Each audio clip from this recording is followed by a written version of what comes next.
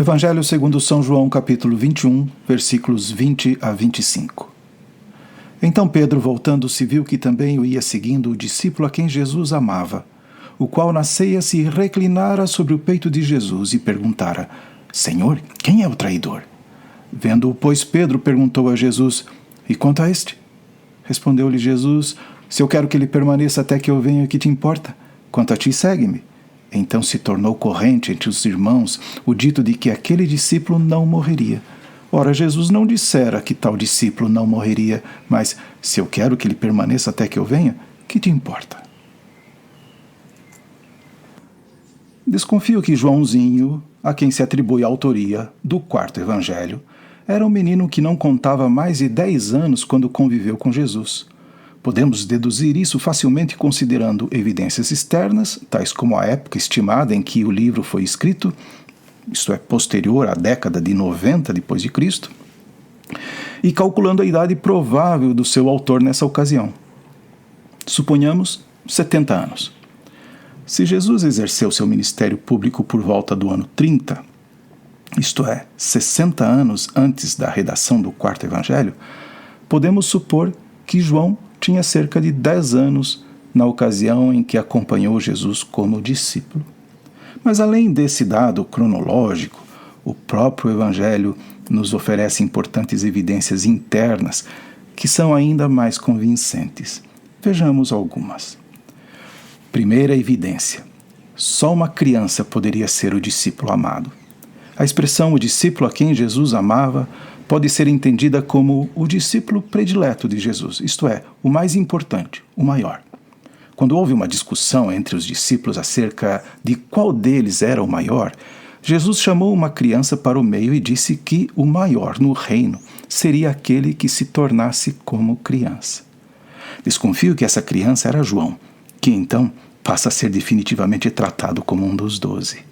Seja como for, Jesus não teria como o amado, o predileto ou o maior, alguém que não fosse como uma criança. Segunda evidência: só uma criança se aconchegaria no colo de Jesus durante um jantar. A ceia aconteceu tarde da noite e provavelmente os discípulos estavam cansados.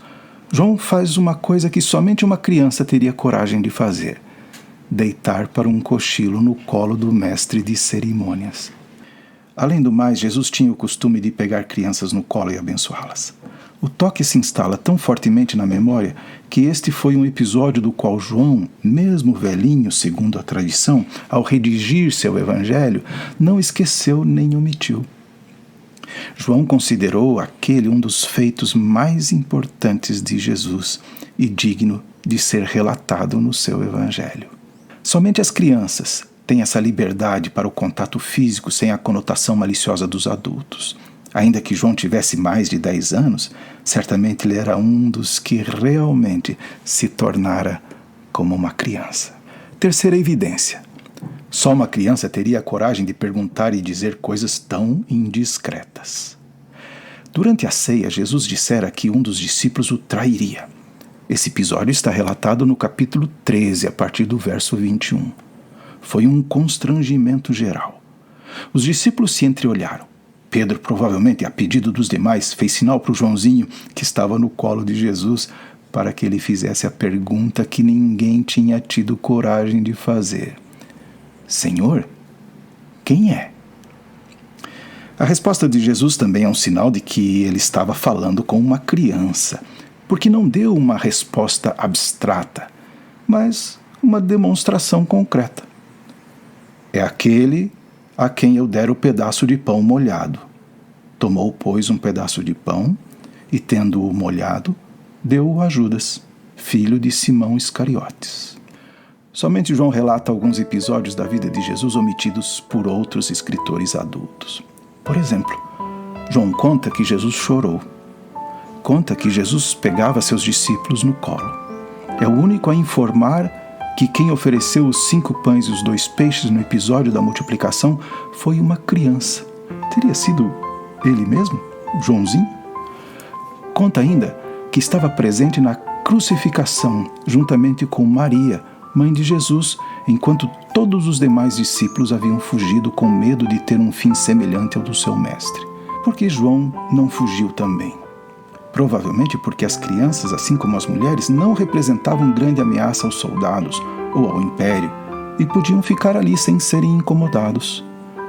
Nessa mesma ocasião, quando João estava ao pé da cruz, Jesus teria dito a Maria: Mulher, eis aí teu filho. Depois disse ao discípulo: Eis aí tua mãe. Podemos imaginar que desde então Maria passou a criar Joãozinho e que depois Joãozinho cuidou de Maria na sua velhice. Estas me parecem ser provas suficientes para crer que João era um menino que não contava muito mais do que 13 anos quando Jesus morreu.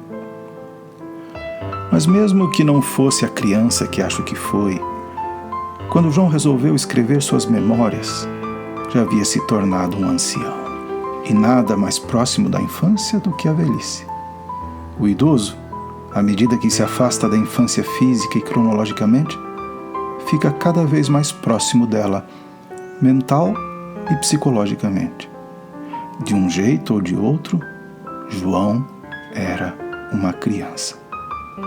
Se isso for assumido como verdade, isto é, o fato de que João era uma criança, tanto faz se de 10 ou de 90 anos, que implicações isso teria para a nossa leitura do Evangelho e para a nossa prática cristã? Ao que tudo indica, as crianças não somente deveriam ter lugar garantido na liturgia e na ceia, como teriam o direito de dormir no colo do celebrante. Por isso, os adultos deveriam procurar incomodar menos as crianças durante o culto. E em lugar de pedir para que saiam na hora do sermão, perguntar se elas não se importam que os adultos também fiquem para ouvir com elas as maravilhosas histórias da salvação. Que assim seja.